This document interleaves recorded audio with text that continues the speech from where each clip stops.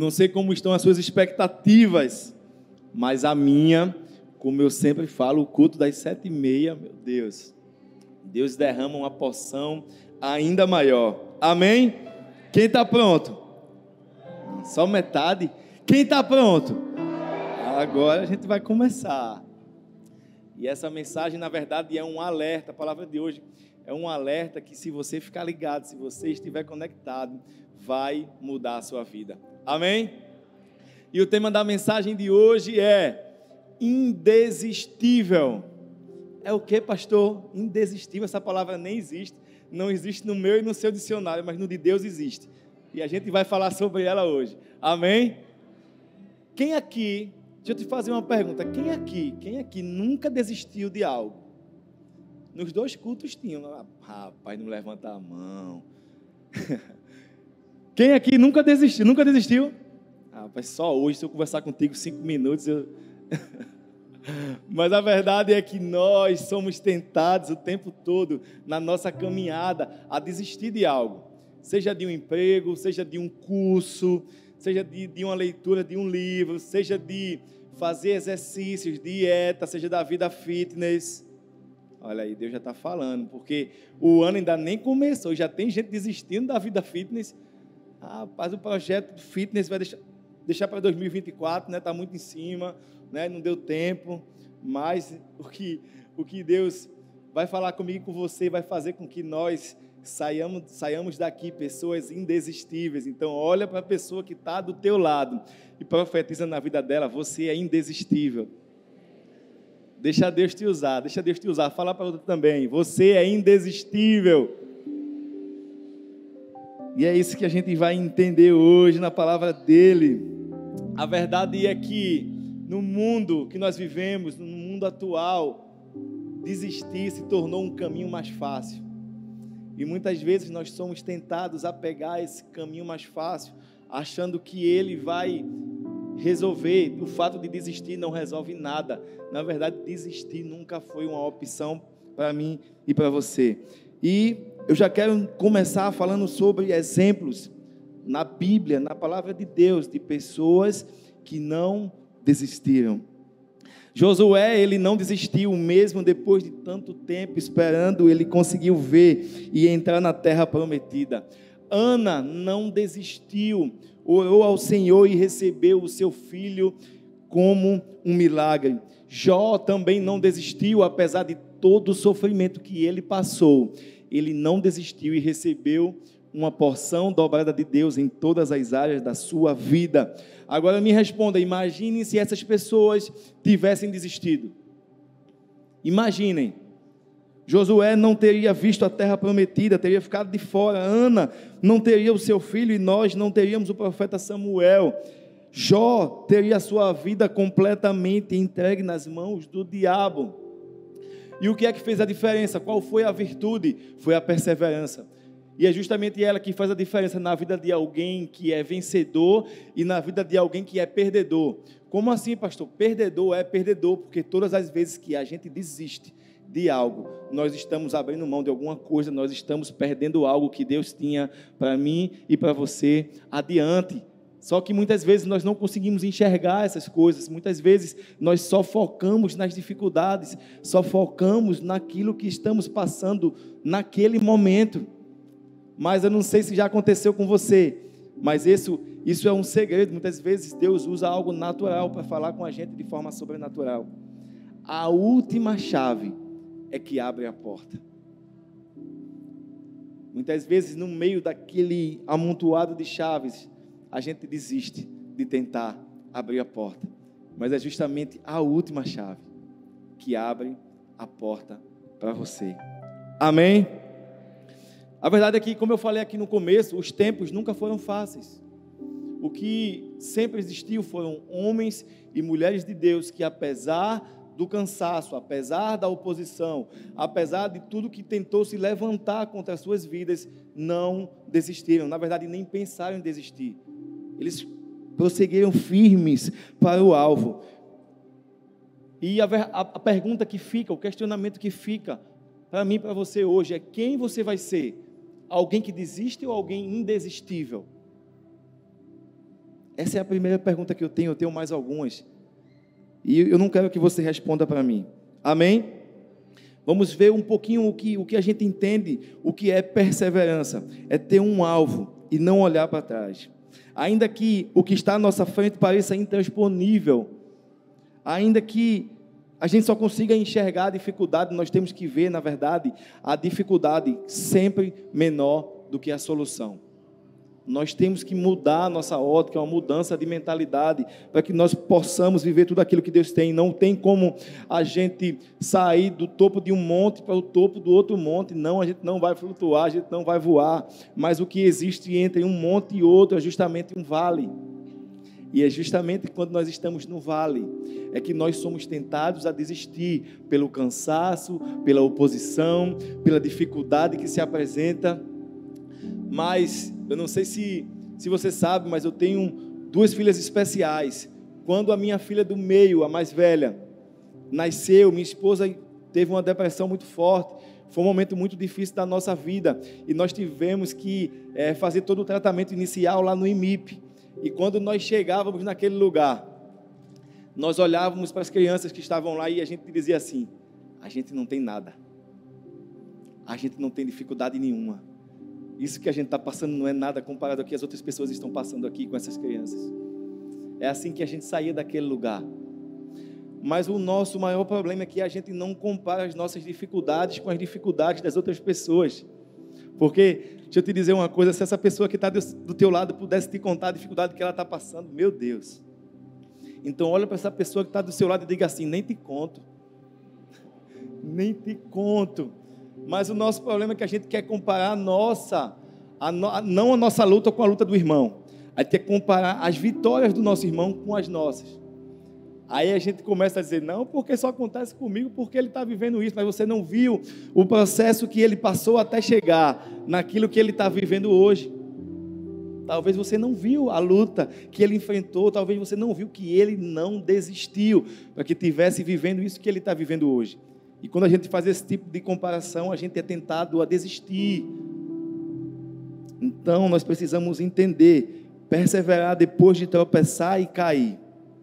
Nós precisamos dar maior valor às nossas pernas que nos sustentam do que às pedras que nos fizeram cair no caminho. É justamente cair, se levantar e prosseguir firme para o alvo. É completar a prova, aquilo que foi proposto, vendo o invisível e crendo no impossível. Porque eu não sei se ninguém te avisou, mas o nosso Deus, Ele é o Deus do impossível. É o Deus que faz novas todas as coisas. É o Deus que é chamado de Senhor dos Exércitos. Então Ele nunca perdeu uma batalha e não vai ser a sua que Ele vai perder. Amém? Se for para o Senhor, celebra mais forte.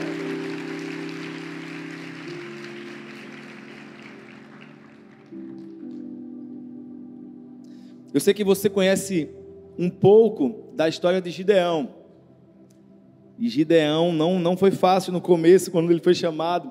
Mas aqui a gente já vai se apegar a uma fase adiantada da vida de Gideão, onde na sua mais importante e mais difícil batalha, ele já estava muito cansado, junto com os seus 300 valentes. Eles já tinham matado mais de 120 mil soldados inimigos, ou seja, ele já estava esgotado, completamente cansado.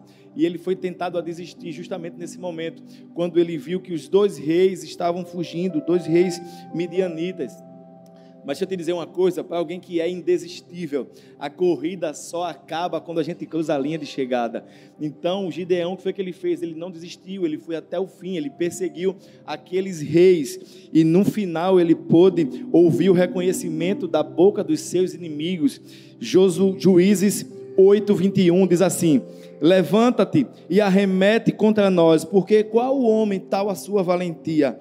Dispôs-se, pois, Gideão, e matou a Zeba e Salmuna. Mas o que a gente não viu é que está lá no começo do capítulo 8, é onde faz toda a diferença. Essa batalha não foi vencida no momento em que Gideão matou esses 2 reis, essa batalha foi vencida muito antes. Veja o que diz lá no começo do capítulo 8, que depois de ter passado do rio Jordão, juntamente com os seus valentes, eles sentiam-se cansados, mas ainda perseguindo. Esse é o segredo. Eles estavam muito cansados, a palavra diz, mas eles continuavam perseguindo. É justamente nesse momento em que a fadiga e a vontade de desistir bater a nossa porta que vai fazer a diferença na nossa vida, que vai fazer a diferença se nós vamos ser alguém indesistível de verdade ou não. Foi justamente esse momento que garantiu o êxito final. E muitas vezes a gente não vê isso, a gente só vê que ele venceu a batalha, que ele perseguiu, mas a gente não vê que eles estavam cansados, que eles podiam desistir, mas eles optaram por não desistir, porque eles sabiam, eles tinham uma palavra de Deus sobre a vida deles, e muitas vezes nós temos palavras que Deus lançou sobre as nossas vidas. Nós temos um alvo, nós temos um foco, mas o cansaço, as dificuldades fazem com que a gente perca de vista o alvo, a palavra que Deus lançou sobre a nossa vida, e é isso que faz com que a gente ceda a pegar o caminho mais fácil, que às vezes a gente pensa que é mais fácil de desistir, mas desistir não é uma opção. Amém? Então hoje, Deus nos trouxe aqui para falar o nosso coração e nos ensinar a como sermos pessoas indesistíveis em Deus.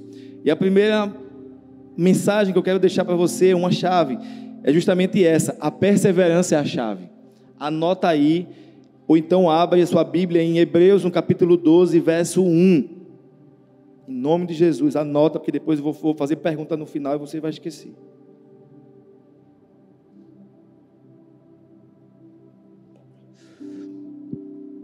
E diz assim: portanto, nós também, pois que estamos rodeados de uma tão grande nuvem de testemunhas, deixemos todo o embaraço e o pecado que tão de perto nos rodeia e corramos com paciência a carreira que nos está proposta. Guarda essa palavrinha, paciência. Eu sei que a gente já começou essa mensagem falando sobre perseverança, porque não tem como nós sermos pessoas indesistíveis se nós não entendermos essa chave.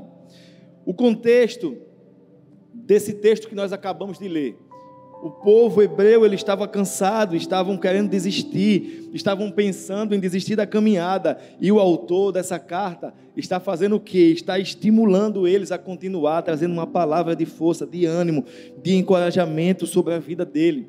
E sabe qual é a melhor maneira de nós desenvolvermos a nossa perseverança? É justamente aumentando o nível da nossa fé. E a Bíblia diz que a fé só vem de uma forma: a fé vem pelo ouvir, mas não é ouvir qualquer coisa, é ouvir as palavras de Deus. E justamente na Bíblia nós vamos ter os maiores exemplos que vão aumentar a nossa perseverança. Vamos ver aqui. Se você está passando por dificuldades, por problemas na sua família, leia sobre a vida de José, meu irmão, e você vai ver que seus irmãos são uma bênção.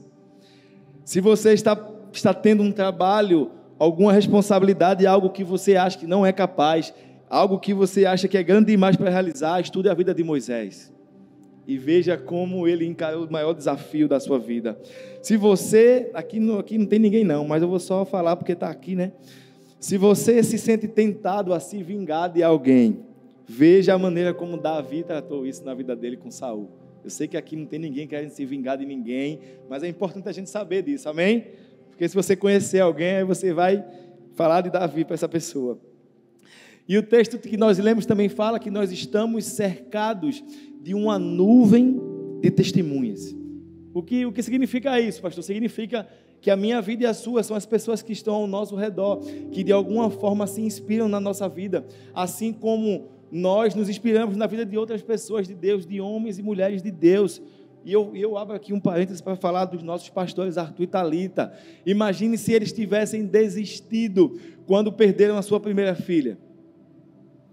Imaginem o que seria desse ministério, imagine, eu sei que Deus ele levantaria outro, mas imagine o que seria, pare e pense um pouco.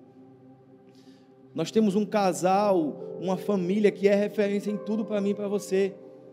Nós não precisamos ir muito longe. Eu sei que a gente se inspira em muita gente da internet. A gente se inspira, mas a gente tem que ter cuidado com a internet. Amém? Mas nós temos os pastores que são, meu Deus, estão lá em Orlando estão lá debaixo de uma palavra de Deus, estão precisando muito da minha e da sua oração, amém? E eu sei que vocês têm intercedido pela vida deles, porque a batalha que eles estão enfrentando lá também é minha e é sua. E é assim que nós precisamos entender. Nem tudo lá está sendo fácil, mas Deus está fazendo, assim como Ele fez em Paulista. E a palavra de Deus disse que seria de Paulista para o mundo. E essa palavra já é uma realidade. Já celebre que você faz parte disso. Você faz parte da expansão do reino de Deus, da expansão. Não é o nome da igreja do amor, é o nome de Jesus que está sendo levado às nações. E vocês fazem parte. O pessoal do Campus Online está aí, gente, tem muitas células reunidas, eu nem falei aqui, mas o pessoal de Campina Grande estava todo mundo reunido no culto das 5, o pessoal de Natal, todo mundo reunido, Salvador, tem um povo lindo aí que se reúne para estar acompanhando, e eu sei que logo vão ter também aí um lugar para se reunir, assim como eu e você, por conta da nossa generosidade, porque seria muito cômodo a gente ficar aqui, sentadinho, em uma cadeirinha aconchoada, confortável, e eles ainda não terem esse lugar para se reunir. Mas eu sei que isso também move o seu coração, e logo Deus vai fazer. Então nós precisamos sim nos inspirar em pessoas, mas deixa eu te fazer mais uma pergunta. Diz que íamos fazer algumas perguntas a vocês. Vamos supor que você morreu, só supor, tá, gente? E que hoje é o seu sepultamento, e que as pessoas que estão presentes só podem dizer de você uma marca que você deixou na vida das pessoas. Que marca seria essa? Que marca você tem deixado na vida das pessoas? Guarda a resposta para você. Amém? Sei que você vai ter muita coisa para pensar essa semana. E a gente está falando de fé, e Deus tem falado tanto ao meu coração nesses últimos dias sobre fé. E quem estava aqui na conferência Connect? Cadê o povo do Connect? Foram dias especiais, onde Deus ele fez algo lindo aqui. E o pastor Tiago esteve aqui com a gente, e ele falou algo que mexeu muito comigo e me levou a refletir. Que quando ele falou justamente na passagem de Bartimeu, quando Bartimeu já se aproximou de Jesus, e Jesus fez uma pergunta a ele, dizendo: ei, o que queres que eu te faça? E ele disse, Bartimeu sabia exatamente o que queria que Jesus fizesse. Mas e se Jesus perguntasse a mim e a você hoje, o que queres que eu te faça? Você sabia essa resposta? Eu sei que tem muita gente aqui que sabe exatamente o que veio fazer aqui. Mas tem gente que não sabe. Se Jesus chegasse para você agora e falasse, o que queres que eu te faça? Talvez você não soubesse o que falar. Guarda aí também essa reflexão. Porque Jesus está te perguntando hoje, o que queres que eu te faça? Responde para Ele. Amém? E a segunda parte do texto que nós lemos fala assim, deixemos todo o embaraço. Embaraço é justamente toda e qualquer coisa que nos causa um peso. O que é que tem causado um peso na sua vida, que tem atrapalhado você na sua caminhada, de correr a corrida que já te foi proposta? Qual é o peso? Qual é o peso que você precisa abrir mão, ou que você já devia ter aberto mão há mais tempo, que hoje está atrapalhando você na sua caminhada? O que é que talvez você tenha se apegado ao velho, para que você viva o novo, você precisa desapegar do velho. Eu estou vivendo uma experiência nova, talvez, em que eu tenho pensado em fazer algumas mudanças, e uma delas é de casa, né, amor? Mas eu estou com medo de estar apegado à casa que eu estou hoje, porque quando eu penso em sair, Deus não falou nada ainda, e eu até postei algo nas redes sociais dizendo o seguinte, o silêncio de Deus também é resposta. Então Deus não falou nada, eu não vou me mover, mas o silêncio de Deus também não significa que Deus não está presente. O silêncio dele não é a ausência de Deus. Então, eu peço a Deus para me dar a fé da minha esposa. Deus, me dá a fé dessa mulher que está aqui, ó, a mulher mais linda do meu mundo. E fazendo meu nome. E essa mulher, gente, ela tem muita fé, ela está pesquisando casa no OLX. E ela vem me mostrar as fotos, ou então compartilha comigo no Zap, e eu digo, amor, que casa linda. Só que as casas custam 2 milhões de reais. Ah, Jesus, mas não para por aí, porque ela tem muita fé, gente. Ela vai lá no comentário e fala, gente, mas vocês estão querendo só vender, vocês não estão querendo alugar, não? Aí o pessoal, a gente aluga, tem gente que ainda responde. A gente aluga 8 mil, 6 mil, É só assim que ela está vendo. Eu disse, amém, Jesus, me dá essa fé, porque eu sei que o meu pai é o dono do ouro e da prata, amor. Eu sei, meu amor, eu sei. A gente tem muitos testemunhos aqui de pessoas que realmente declaram aquilo que querem viver, não aquilo que estão vendo. Tem um testemunho de um casal que a gente foi numa célula que a esposa passava na Avenida Boa Viagem, né, amor, e dizia, eu vou morar aqui, um dia eu vou morar aqui, nesse apartamento. E o esposo disse, tá ficando doida, mulher, cala tua boca, tu sabe de nada. E ela falou, outra vez que ela passava, ela repetia, e eles por algum tempo chegaram a morar naquele apartamento que a mulher com muita fé declarou. Acho que eles não estão mais lá hoje, mas eles chegaram a viver lá. É isso que Deus quer que a gente faça com a nossa fé, a gente use, a gente exercite a nossa fé, a gente fale aquilo que a gente quer ver, não aquilo que a gente está vendo. E tem um exemplo do pastor que veio aqui no Profetizando ano passado, e ele disse que a esposa dele chegou para ele e disse assim, amor, Deus me disse que esse ano eu vou fazer faculdade com a nossa filha. Ele disse, é o quê, rapaz? Ela é. Ele disse, rapaz, ele está conseguindo pagar nem a dela. Mas ela foi lá e fez a matrícula. Ele disse, amor, mas existe uma coisa chamada boleto, que tem que pagar todo mês. Não sei se você sabe. Aí eu sei que, naqueles de repente de Deus, chegaram um casal que eles não tinham contato há muito tempo, de outra cidade, uma cidade que eles tinham feito parte. E chegou certo dia, o pastor estava tendo um gabinete e atendendo o pessoal. E até que chegou alguém e disse, pastor, tem um casal que quer falar com o senhor. Ele disse, quem é? Ele disse, não, é fulano. Ele, sei não, mas manda eles entrarem aqui. Quando esse casal chegou, o casal disse assim, pastor, eu não estou entendendo também, mas Deus mandou a gente vir aqui e dizer que a gente vai pagar a faculdade da sua esposa. Meu Deus, que fé é essa dessa mulher? Foi lá, fez a matrícula na faculdade, e a verdade é que quando Deus fala, meu irmão, vai acontecer. Vai acontecer, muitas vezes não é. Muitas vezes não, acho que todas as vezes. Não é no meu tempo e no seu, é no tempo de Deus. E é por isso que nós precisamos ser pessoas indesistíveis, se quisermos ver a palavra de Deus se cumprir na nossa vida. Amém? Eu falei uma palavra-chave, pedi para você guardar, que falava sobre paciência. Paciência. Para que nós possamos, deixa eu voltar aqui. E corramos com paciência a carreira que nos está proposta. Não é porque é uma corrida, meu irmão, que você está competindo com o seu irmão, que você tem que chegar primeiro que o seu irmão, porque nessa corrida o importante não é quem chega primeiro, o importante é todo mundo chegar. O importante é que todo mundo chegue lá. Mas muitas vezes não a paciência, mas a falta de paciência tem nos impedido de viver aquilo que Deus tem para você e para a sua família. A minha esposa precisou ter muita paciência comigo, assim como também muita fé, para poder não enxergar aquele homem que ela estava vendo, mas aquele homem que ela queria ver. Ela estava enxergando um homem que chegava embriagado em casa quase todos os dias. Ela só estava enxergando um homem que passava final de semana fora de casa, um homem que não era um bom pai para o seu filho, que não dava a atenção que seu filho precisava, mas ela precisou de muita fé, de muita paciência para colocar o seu joelho no chão e crer que Deus poderia fazer a transformação na nossa família e na nossa casa. Então, meu irmão, não é na sua força, não é por força e nem por violência, é pelo Espírito Santo. É Ele quem convence o homem do pecado, da justiça e do juízo. Não tenta fazer aquilo que só Deus pode fazer, porque você vai acabar atrapalhando o agir dele na sua casa e na sua família. Amém? Isso não está aqui, mas vai fazer sentido para alguém, no nome de Jesus. E mais uma pergunta que eu tenho para você é: como está a sua fé? Por que como está a sua fé? Porque a gente viu que a fé é que produz a perseverança. Então, se o nosso nível de fé estiver baixo, a nossa perseverança também vai estar.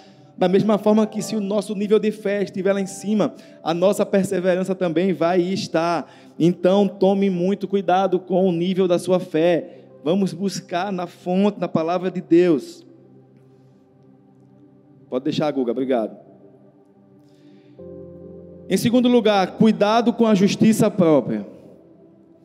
1 Reis 19:10 diz assim, quanto tempo eu tenho? E ele disse: tenho sido muito zeloso pelo Senhor Deus dos exércitos, porque os filhos de Israel deixaram a tua aliança, derrubaram os teus altares e mataram os teus profetas à espada, e só eu fiquei, e buscam a minha vida também para tirar. Nesse momento desse texto, Elias estava dentro de uma caverna. A verdade é que o profeta Elias tenha feito dessa caverna o seu lar. E nesse momento em que Deus falou com ele, Deus não veio trazer uma repreensão ou instruir em algo. Deus veio fazer uma pergunta. E a pergunta foi a seguinte: o que fazes aqui, Elias? E esse texto que a gente acabou de ler, em 1 Reis 19:10, foi a resposta de Elias.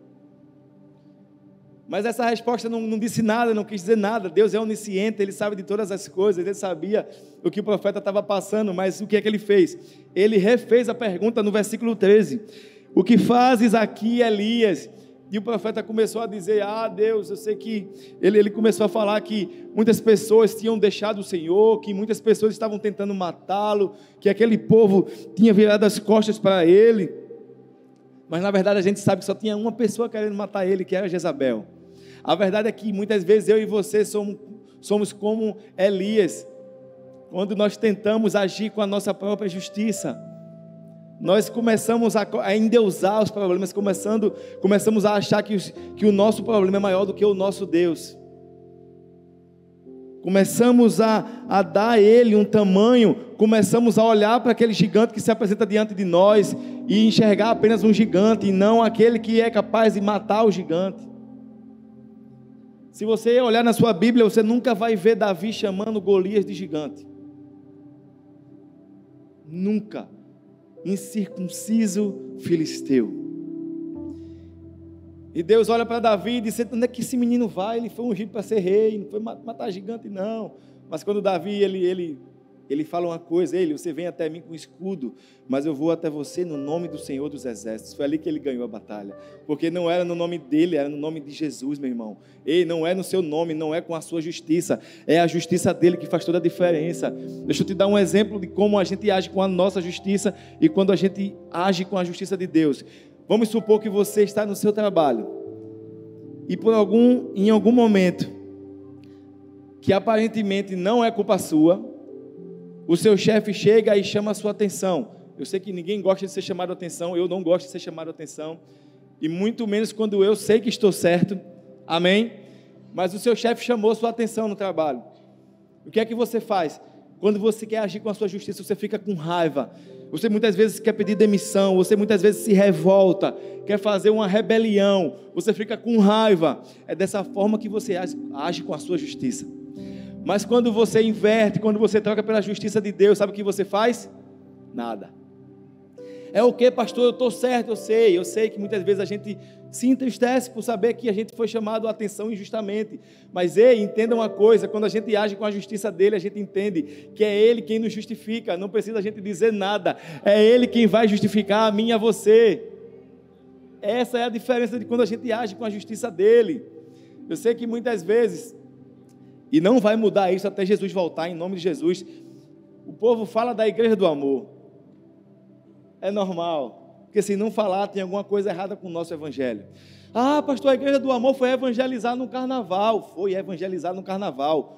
Vai ver a vida de quem está falando isso, não está fazendo nada. Quem está falando isso não está fazendo absolutamente nada para Deus, nada de relevante para Deus. E os jovens foram lá com muita ousadia levar o nome de Jesus. Vidas foram salvas e foram alcançadas lá no galo da madrugada. Meu irmão, se você não pode ir fazer melhor, fica na tua, e o povo vai falar, vai comentar. Não vai lá na rede social defender, não vai lá não. Eu sei que é difícil, mas não é a gente que se justifica, é ele quem nos justifica. Não esqueça disso jamais. Eu sei que é muito difícil. E pense, desde a época do Facebook, eu tinha muita dificuldade, que o pastor Arthur sempre disse: não me defendam, não me defendam. Eu chegava a escrever, né, amor? Aí apagava, porque eu sabia, é ele quem justifica. Não fala nada, não se defenda, não se ofenda. Então, é isso que nossos pastores nos ensinam, gente, porque é ele, é Deus quem justifica a mim e a você. Não precisa a gente falar nada. Agora, se a gente não estiver incomodando, se o inferno não estiver falando nada, se o inferno não está tentando se levantar, vamos rever o nosso evangelho. Se você ainda não foi chamado de doido, reveja o seu evangelho. Se seus vizinhos disserem: está o doido, reveja o seu evangelho. Se você não passou na rua da sua casa, está tudo ruim, está chovendo, está molhando, está pingando tudo dentro de casa, e você está lá, Isso é ser doido por Jesus, meu irmão. Isso é ser doido por Jesus. Ninguém vai entender, porque é a paz que excede todo entendimento. Amém? Vamos continuar. E ele fala também na segunda parte do texto: só eu fiquei. O profeta Elias, ainda que não fosse a sua intenção, ele passa uma ideia errada de que era indispensável na obra de Deus. Ei, esse é o principal risco, o principal perigo da justiça própria. É a gente se achar indispensável na obra de Deus. É a gente se achar insubstituível na obra de Deus. Ei, deixa eu te dizer uma coisa. Quem estava aqui de manhã foi o Wendel, agora de noite é Tiaguinho. Deus abençoe pelo dom e pelo talento que eles têm. Mas ele tem plena ciência de que se ele não tivesse aqui, ia ter outra pessoa melhor do que ele tocando. Se eu não tivesse vindo hoje, ia ter alguém melhor do que eu pregando aqui. Nós não somos indispensáveis, o único indispensável é o Espírito Santo de Deus. E todas as vezes que nós nos sentimos indispensáveis no ministério, nós estamos dizendo: ei Deus, dá licença aqui do trono, deixa eu sentar, que sou eu que vou governar minha própria vida. Cuidado com o sentimento de que é indispensável na obra de Deus. Amém? Amém ou não amém? Amém. Espero que você tenha entendido. Então a gente tem que parar de fazer o trabalho de Deus, porque quando a gente tentar fazer isso, a gente vai se cansar, a gente vai ser tentado a desistir, a parar no meio do caminho, porque nada vai dar certo, porque tem coisas que só Ele pode fazer. Deixa eu abrir aqui mais um parêntese de pessoas que estão há muito tempo, até líderes de célula. Quem é líder de célula aqui? Muitas vezes você está se sentindo cansado na sua célula porque você está tentando carregar todo mundo nas suas costas. E isso não é evangelho. Isso vai fazer com que você se canse e que você desista também. Você não tem que carregar todo mundo, porque é o Espírito Santo que convence. Você tem que falar de Jesus, falar do amor de Jesus. Você tem que compartilhar.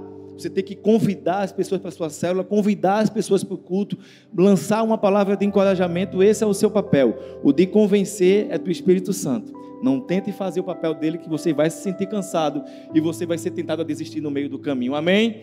Eu conheço muito líder de célula que fechou a célula porque se cansou. Célula não é algo cansativo. Célula é algo leve, é algo que é prazeroso. É quando chegar no dia da célula você dizer: hoje é o melhor dia da semana, porque hoje é dia de célula. Esse é o sentimento correto que um líder de célula tem que nutrir. Ei, hoje é o melhor dia da semana porque é dia de célula. Esse é o sentimento. Se está pesado, você está fazendo alguma coisa errada. Está querendo fazer tudo sozinho? Eu sou indispensável. Só eu que sei dar a palavra. Se eu não der a palavra, o fogo não cai, não desce, o povo não se arrepende. Em nome de Jesus, deixa o povo fazer. Deixa o povo, cada um fazer a sua parte. Isso é célula. Cada um vai lá, um recebe, um faz a recepção. Igual aqui, ó. O outro vai lá, o outro faz o lanche abençoado. Na minha célula nunca chegou ninguém que tocava nada, Tiaguinho. Mas Deus é fiel, né? Ele mandava pessoas que sabiam cozinhar, que trabalhavam com comida, que fazia bolo. Aí tinha aquele banquete no final. Mas a gente sabe que célula que tem um louvor ao vivo é outro nível, né? Mas assim, Deus, ele, tudo é equilíbrio, né? Chegava lá em casa, no final tinha aquele banquete. Eita, aleluia. Glória a Deus. Deixa eu falar aqui, continuar aqui. Amém? E em terceiro lugar, fique atento quanto à luta do empenho e do desempenho. Anota aí, Jeremias 1, 18 ao 19.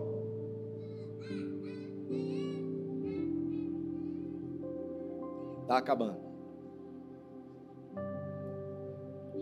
Diz assim: porque eis que hoje te ponho por cidade forte, e por coluna de ferro, e por muros de bronzes, contra toda a terra, contra os reis de Judá, contra os seus príncipes, contra os seus sacerdotes e contra o povo da terra. E pelejarão contra ti, mas não prevalecerão, porque eu sou contigo, diz o Senhor, para te livrar. Vamos falar um pouco sobre a vida do profeta Jeremias. Jeremias foi um profeta que por muito tempo no seu ministério, logo no começo, quando Deus o chamou, ele se sentiu incapaz. Ele disse: não, eu não sou capaz, eu ainda sou como uma criança. Assim como Moisés, assim como muitos de nós, quando somos chamados, não nos sentimos capazes. Muitas vezes, quando nós aceitamos o desafio de liderar uma célula, porque é um desafio, para mim foi um desafio muito grande abrir uma célula, cuidar de pessoas. Eu disse: Senhor, é isso mesmo que o Senhor quer para a minha vida. Mas eu e a minha boca, eu não podia ficar calado, né, amor? Naquele dia, eu sei que eu estava aí sentado assim como você, na escola de líderes, e a pastora Thalita pegou o microfone, subiu e disse assim: ei, você líder de célula, pegue seu líder de treinamento que está aí, e hoje você vai marcar o dia da multiplicação dele. Eu disse: eita Jesus. Aí eu e minha boca, né? Eu disse: coloca aí dezembro. Aí antes de eu dizer que ia ser do outro ano, o pastor Eli colocou dezembro. A gente multiplicou no dia 29 de dezembro. Eita Deus, eu e minha boca, mas eu não me sentia capaz. Mas a verdade é que se fosse esperar pelo meu tempo, eu não tinha ido até hoje. Eu tinha ficado no meu lugarzinho sentado, mas Deus, Ele tinha um novo nível, Ele queria colocar pessoas sobre a minha responsabilidade, para que eu pudesse cuidar, assim como um dia eu fui cuidado. Célula é isso, é cuidar de pessoas, porque um dia você precisou, você chegou aqui, e você foi cuidado, e você foi amado, e o seu líder foi na sua casa de 2 horas da manhã, porque você estava quebrando um pau com sua esposa, e por que você não vai se dispor a abrir a sua casa para atender o chamado que Deus tem para a sua vida? Não é muito egoísmo da sua parte, não? Voltando. E Jeremias foi assim, mas ele foi por muito tempo. O diabo tentava colocar mentiras em sua mente, dizendo que o desempenho dele era mais importante do que o propósito de Deus na vida dele. Porque, gente, se for falar humanamente falando, ele teve 0 resultado, ele pregou 20 anos, arrependimento e juízo, mas de nada, a Bíblia diz que de nada adiantou, ele só sofreu. Jerusalém foi completamente destruída, e o povo levado cativo. Resumindo, humanamente falando, ele não teve êxito no seu ministério, mas aos olhos de Deus, Deus estava fazendo algo lindo no seu coração. Ei, muitas vezes nós estamos focando apenas no nosso desempenho, e Deus diz: ei, não tem nada a ver com o que você está fazendo, tem a ver com aquilo que eu já propus para que você fizesse, meu irmão. Para de focar no teu desempenho, porque se você focar no seu desempenho, meu irmão, você para no meio do caminho. Quantas vezes eu subo aqui e digo: meu Deus, eu não fui bem nessa palavra, não sei se eu estou sendo bem hoje, mas eu sei que é Deus quem convence, eu estou fazendo a minha parte, daqui a pouco Ele vai fazer a dele, o Espírito Santo vai, é uma noite de salvação, meu irmão, a gente já sabe disso, a gente já viu isso aqui. E eu digo: oh Deus, Tu é tão fiel que Tu vai salvar, porque é Tu que fazes, não sou eu que faço. E a gente vê aqui o que está acontecendo. Então, nós não podemos focar no nosso desempenho, jamais ser tentados a isso. Porque você lembra quando Jesus foi dar início ao seu ministério? Ele foi lá em João Batista para ser batizado. E quando ele saiu da água, uma voz, uma pomba como dos céus, e uma voz que dizia: esse é o meu filho amado, em quem tenho muito prazer. Jesus não tinha feito nenhum milagre ainda, ou seja, não é o que ele faz, é quem ele é. Não é o que você faz, é quem você é, que dá prazer ao seu Pai, que dá prazer a Deus, é o que faz com que Ele continue acreditando em você, acreditando na sua vida, no chamado que Ele tem para cada um de nós. É isso que faz. Quando a gente entende isso, meu irmão, não tem nada que se levante que vai fazer a gente desistir, nada que venha que vai fazer eu e você desistir. Nós vamos nos tornar indesistíveis. Olha para a pessoa que está do seu lado e diga: seja indesistível. Fala com mais convicção para ele acreditar. Amém. Agora ele talvez tenha se convencido. As coisas não foram fáceis para ele, tanto que ele escreveu um livro chamado Lamentações. E é justamente nesse livro onde ele expõe a sua frustração com Deus, com o povo, com a sua falta de resultados, com a sua vontade de desistir por muitas vezes. Mas sabe o que fazia com que ele não desistisse? Veja o que diz lá em Jeremias, no capítulo 20, verso do 8 ao 9. Porque sempre que eu falo, tenho de gritar e clamar violência e destruição, porque a palavra do Senhor se tornou como um opróbrio diante de mim, e ludíbrio todos os dias. Quando pensei, não me lembrarei mais dele, e já não falarei mais no seu nome, então isso me foi como um fogo ardente no meu coração, encerrado nos meus ossos. e já desfaleço de sofrer e não posso mais.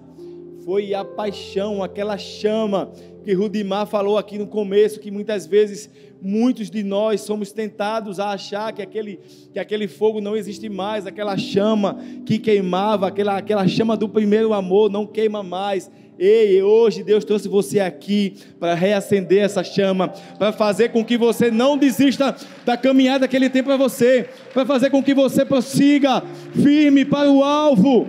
Ele é o alvo, o nosso alvo é Cristo. E se você não desanimar, você vai alcançar. Fica de pé no teu lugar para parecer que está acabando.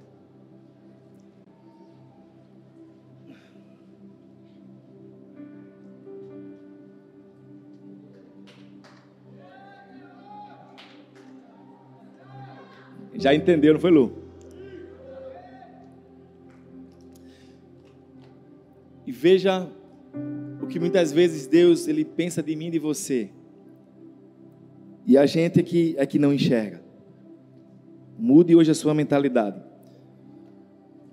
Enquanto o povo queria linchá-lo, o profeta Jeremias, Deus o aplaudia.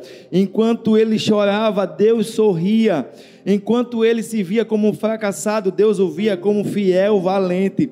Enquanto ele escrevia os seus versos de lamentações, Deus escrevia o seu nome e a sua história como um modelo para todas as gerações. Enquanto Nabucodonosor, o rei da Babilônia, seguia na sua matança indiscriminadas aos judeus, Jeremias escutava isso da boca dele. Ele falava ao seu comandante: toma-o e cuida dele, e não faças nenhum mal, mas faze como ele te disser.